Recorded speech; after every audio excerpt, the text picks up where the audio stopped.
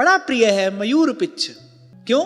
मयूर की प्रीति जो है ना मेघों के प्रति बड़ी सहज है। जब वर्षा ऋतु आती है कोयल कूकना बंद कर देती है। तो ध्यान से सुनना, जब वर्षा ऋतु आती है कोयल कूकना बंद कर देती है। क्यों?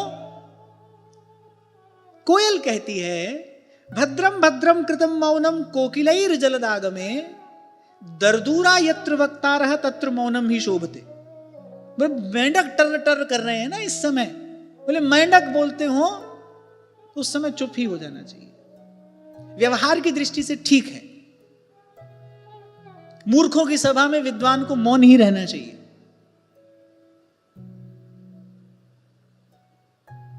क्योंकि विद्वान व्यक्ति कभी मूर्खता के उस स्तर पर जा नहीं सकता, तो वहां उस समय मौन ही ठीक है, व्यवहार की दृष्टि से ठीक है।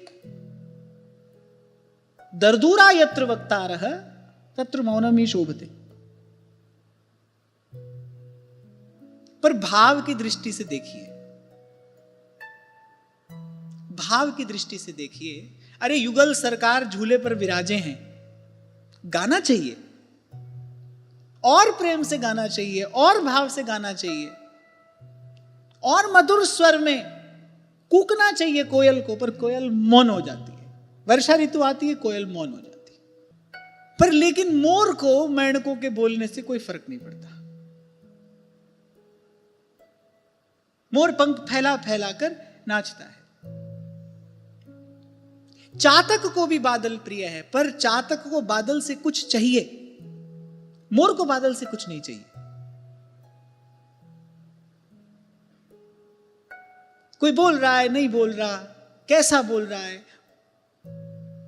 मोर को इससे फर्क नहीं पड़ता। उसकी बादल में एक सहज प्रीति है। मयूर पिच्छ क्यों प्रिय है? ऐसी कई कई बात सुनने को मिलती हैं, पर जो चिंतक हैं, जो भाव देश में विचरण करते हैं, वो कुछ ऐसे मोती हमको देते हैं। क्यों मयूर पिच्छ प्रिय है, और कितना प्रिय है कि अपने मस्तक पर धारण करते हैं प्रभु। क्योंकि मोर जो है ना वो सहज प्रीति धारण करने वाला है। बादल के प्रति सहज प्रीति है। बादल को देखते ही मोर नाच उठता है, गाने लगता है, नाचने लगता है। उसको बादल से कुछ नहीं चाहिए। अपितु वर्षा होती है तो कभी कभी मोर के लिए कठिनाई हो जाती है। अब भाई प्रकृति के बीच में रहे हो तो ये सब देखा हो, जाने समझे।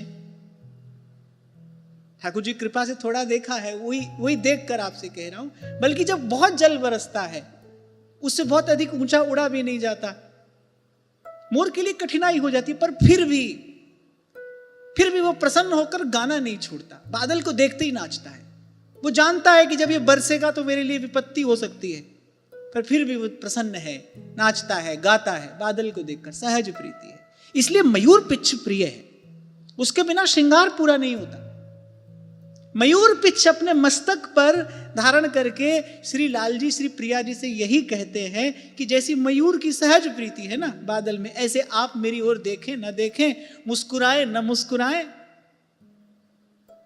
मेरी प्रसन्नता, मेरा सुख तो आप ही हैं। आपका दर्शन है, आपकी प्रसन्नता है।